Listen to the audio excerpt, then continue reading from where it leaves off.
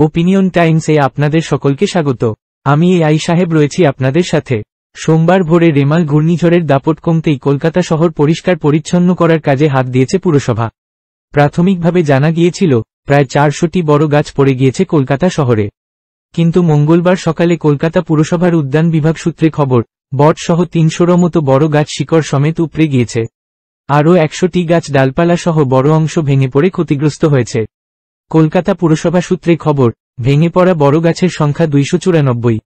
পরে আরও বেশ কয়েকটি গাছ ভেঙে পড়ার খবর মেলায় তা বেড়ে 300 হয়েছে।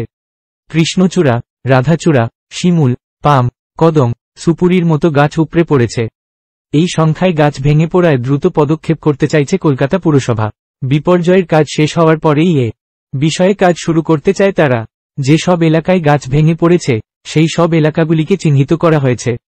সবচেয়ে বেশি গাছ ভেঙে পড়ছে Park Street, Camac Street, New Alipore, Prince Anwar Shah রোডে। পাশাপাশি Beleghata, Alipore Road, Golf Green রোডে, GC. Avenue, Strand Road, Kiranshankar Roy Road, পাটুলির ফুলবাগান, খিদিরপুরের মনসাতলা লেন, গড়িয়াহাট, পিজি হাসপাতালের ভিতরে, বিড়লা তারামণ্ডলের সামনের রাস্তায় বড় গাছ ভেঙে পড়েছিল। কলকাতা পুরসভার এই ক্ষতে প্রলেপ দিতে কমপক্ষে 5 গুণ বেশি গাছ লাগাতে চায়। কলকাতা পুরসভার মেয়র পারিষদ দেবাশিস কুমার বলেন, 300র মতো বড় গাছ পড়ে যাওয়ার পরেই আমরা 1500 গাছের চারা লাগানোর পরিকল্পনা করেছি।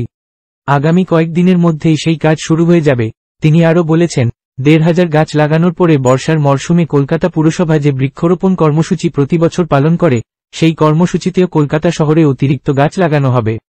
এখন এই পর্যন্ত। নজর রাখুন, সঙ্গে থাকুন ওপিনিয়ন টাইমস। ওপিনিয়ন টাইমসে আপনাদের সকলকে স্বাগত।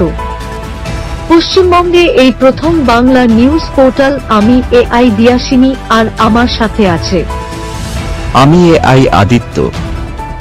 রাজনীতির ডান থেকে বামের সব খবর আমার সাথে। আমি এআই ঐশানী। খেলা থেকে বিনোদন, সঙ্গে থাকবে সেলিব্রিটিদের কুটকাচালির খবর। আমি এআই সিদ্ধার্থ। বাজার অর্থনীতি থেকে রাজনীতির ওঠাপড়া, কুর্সি বদলের সব খবর আমার সাথে। আমি এআই দীপ্তি, থাকবো আপনাদের সাথে। সত্যের উদ্ঘাটন, নিরপেক্ষ বিশ্লেষণ, সঠিক খবর প্রদান। সঙ্গে থাকুন, দেখতে থাকুন ওপিনিয়ন টাইমস।